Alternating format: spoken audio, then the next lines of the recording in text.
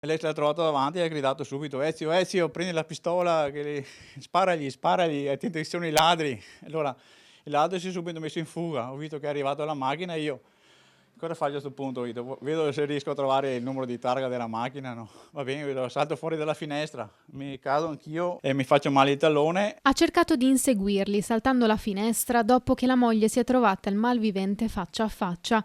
Sono circa le 22:30 in via San Vitale a Quinto di Treviso. I ladri arrivano a bordo di un'auto che parcheggiano nel campo di Pioppi accanto alla casa con il muso rivolto verso la strada pronta a ripartire. I coniugi Marangon si stavano preparando per andare a letto. E a un certo punto ho sentito il rumore come di ferri, di attrezzi, di levarini, di cacciaviti, roba metallica, un frastuono metallico. Ho detto: "No, no, questi qua son ladri." Ho detto.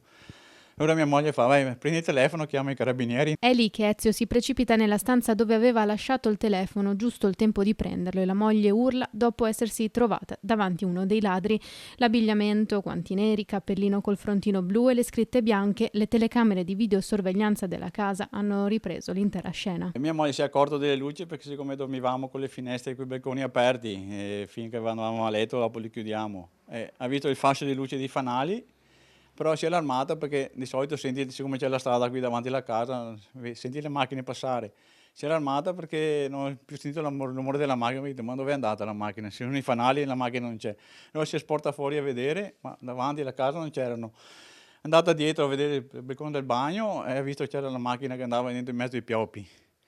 Allora mi ha chiamato subito per vedere, sono andato fuori anch'io, ho visto la macchina che mai aveva già spento i fanali, però si sentivano dei ragazzi che scendevano dalle portiere perché si accendevano le luci dentro. Pochi attimi quelli che hanno separato l'arrivo dell'auto dal tentativo di entrare nella casa a Quinto. Per la famiglia in 20 anni è la quarta volta che i ladri fanno visita. Ci siamo abituati, però adesso non è più un bel vivere perché mia moglie è allarmata, c'è sempre la scena davanti del personaggio col berrettino là, e si vive male, capito? Adesso ci spranghiamo dentro la sera, non ti muovi più perché possono passare di giorno, di notte, di sera, tutti gli orari son buoni, capito?